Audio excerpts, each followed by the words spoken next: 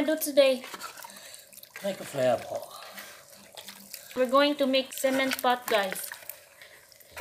So, cement niyan, guys. Tapos, nilagyan ng water. So, dapat dili siya lapot, guys.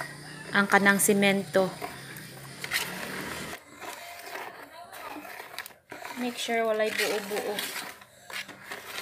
Let's Look. Cement's gone off. So, meron tayong sand dyan, guys. Ayan. Lagay na natin dyan sa timba. So, yan yung patungan ng ating flower pot. So, yung flower pot na gagamitin natin is my design. So, yan. So, ilagay natin yan. Ipatong natin yan dyan sa ating nilagay na sand at timba. Ganyan siya. Lagyan ng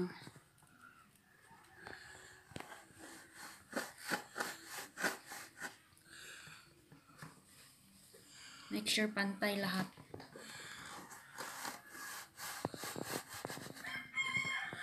So, dapat ganyan, guys.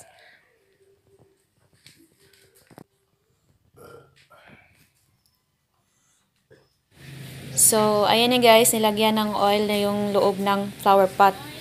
Para, pag naglagay kayo ng simento, mabilis lang siya tanggalin sa flower pot. So, dapat damihan nyo ng lagay ng oil. So, dapat ganyan, guys. Binabrush nyo lahat ng looban ng flower pot. So, yan na, guys. Nalagyan na siya lahat. So, dito na naman tayo sa ating stand. Lagyan din natin yung stand natin, guys, kasi para pag nagtanggal, hindi siya mahirap tanggalin yung semento. So, yan. Yan yung stand ng ating flower pot.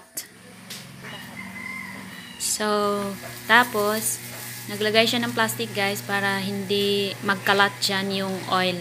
So, yan na yung bowl, guys. Yung likod niya is nilalagyan na din ng oil. Kasi yan yung ilalagay natin sa ibabaw ng flower pot.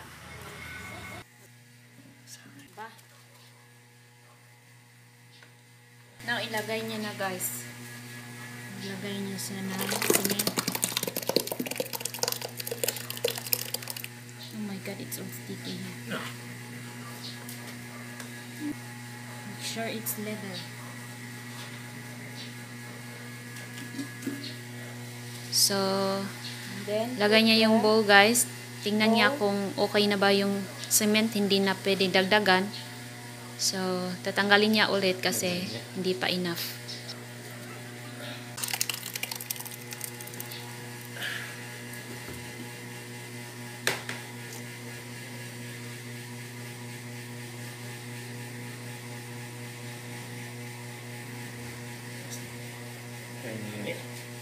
Yeah.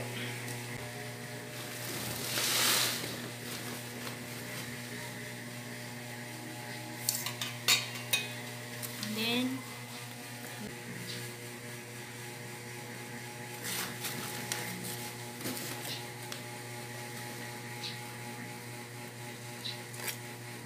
how many days before it's done?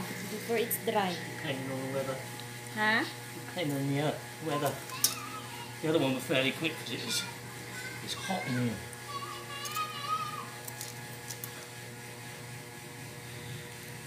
So, depends on the weather, guys. Kung mag-dry siya quick. Get this straight.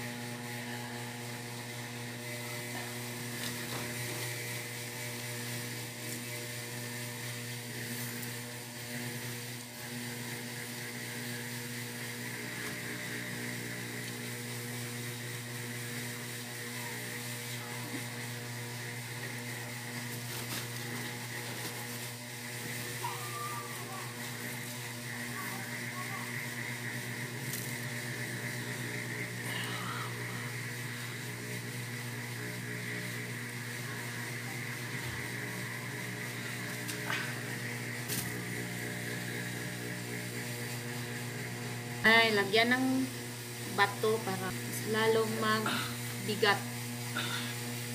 It's balancing. Balancing.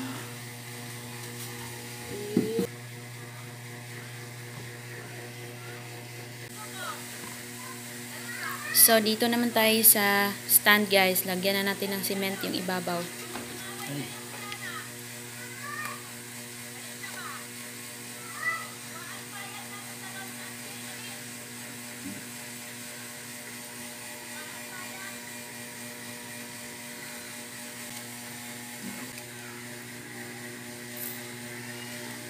Then, after, need to dry it out.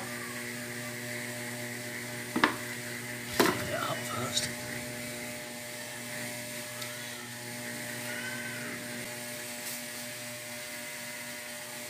Okay.